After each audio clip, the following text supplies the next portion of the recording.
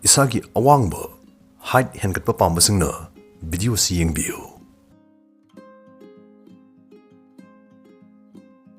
Englandagi Alice Robinson harib nupisna technique khara siznarubadagi ma masagi awangbasi suknagi chayul amakhaki manungda inchi tangkai amarom wangkhathanba ngamki.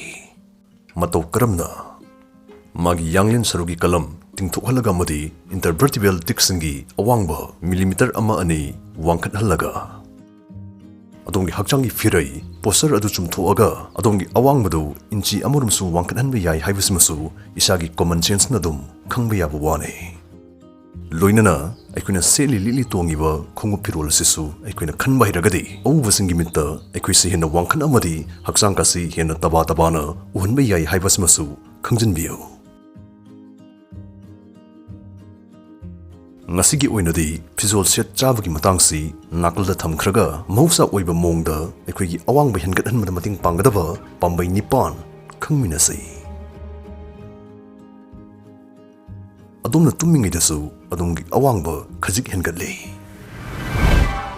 adumna longna nangalna minute 10 rom tumak matamda adumgi awangbadu millimeter 5 romdi hengalai kamdonano ayuk nungthil laikhoina matam sangna phamjin khocindana nga thu thingthu nam ipon polaga leirubuna yanglin saru tensilubadu madu tingthorakpagini sumaina yanglin saru tingthorakpadagi wangkhalakpagi awangbasi tungkuina lehownaba aikhoina tawiyaba sajal nipan lei maduni hajarakadoribasi isagi chahi kunmanga landribasingna hariba sajal singasi amutang try tawbiu soidana kanagani adomna wangba hengatpa pamagade. Number 1. Bicycle Thauba.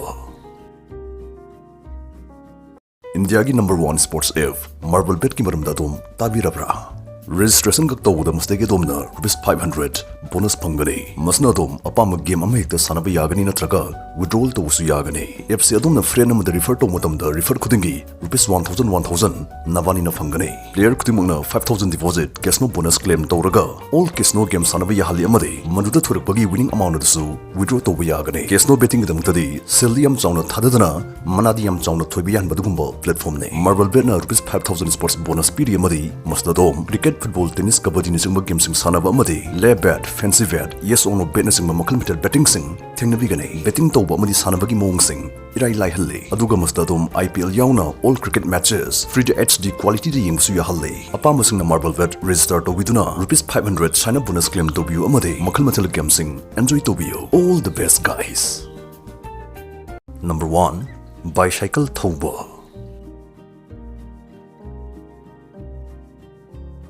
Adumgi awangba hengathanbada bicycle thawna mateng pangnaba adumgi saban haidi sit tu khara wangkathanbiu phammaga adumna khongnet lamakpa matamda adumgi khongdu tingthoktaba yadabagi tangai phadaba lainaba mongda masi hayadana karahina su wangkathanbirunu join sokiba yai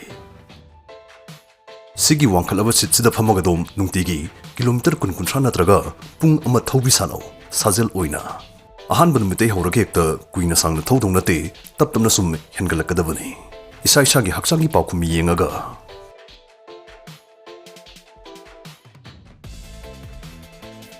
anisuba sajel bar amada yala leiba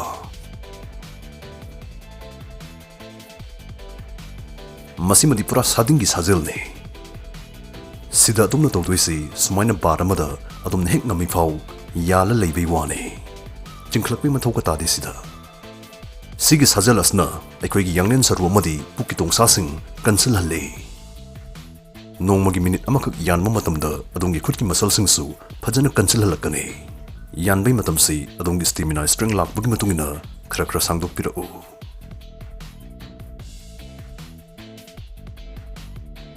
Number 3. Lengwana lepa.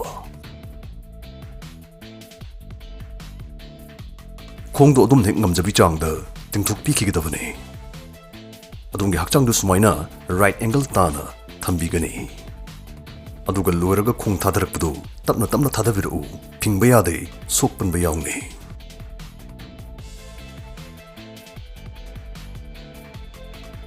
Number 4. Cobra pose kharogi firai sazel Sigi yoga gi asana si tawbuna adong yanglin saruda kanan batana tana sigi asana sna adong nam puk amadi ningjol faw tingthokhan bangami. Sigi asana sisu nongmagi second kuntratang tawbiyo. Tawbugi mongsi bhap tadragasu description da link hapsaramge.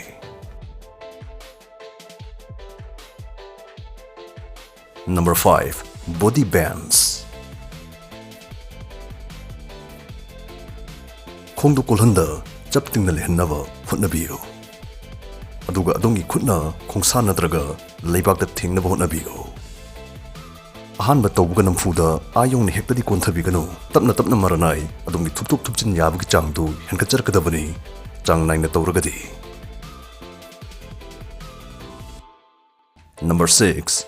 Chongbi sanaba. Thori chongbi oigera basketball oigera natraga sum lepaga phanban chongbi oigera amadi chongbiyo. Maramdi chongbagi jachisu awang bahin gadhanbada yam chawna kanahale. Chongbagi sajal singna aikoigi lower body gi muscle sing amadi joint sing gi conditioning da support tobo maramna aikoigi height hen gadhanbada tengbang bane. Thori chongbi oragadi nongmagi yankai humpu chongaga hobirakpa yai. Adongi hakchangi response matungina chahum phawba chongkhalakpa yai. Amuktangna chongba waragasu set charga chongbiyo.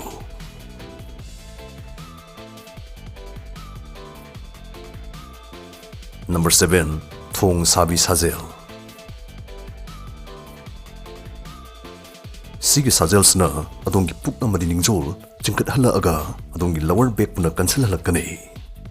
Loinana masigi sajelsi chang naina tawbuna adongi core gi muscle singsu activate tawbirakani wangkhat ke Pambasing amutang try tawbiyo.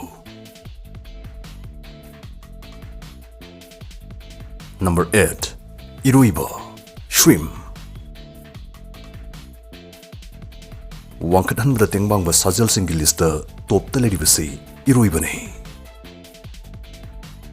Isingdari aikoigi intervertebral disc amadi aikoigi sarudagi lotsi yam tathaki.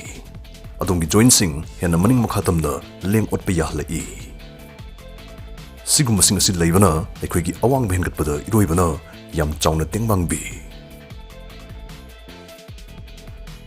Aduga adumna wangkhataba yade haragadi sajal sing asi tawbutana tanadom calcium, iron, vitamin D amadi adongi hakchangna normal loina mathau tawbura changba vitamin sing chabigadabane. Loinana kaubiganu ahing phajana tumbasisu yam maru oi. Aduga tumbasi akanma mompak amada tumman hena fai. Ngamagadi sigum orthopedic mattress ama leibiyo. Ngasigi videosi kanai kanade comment ta phongdokpiro.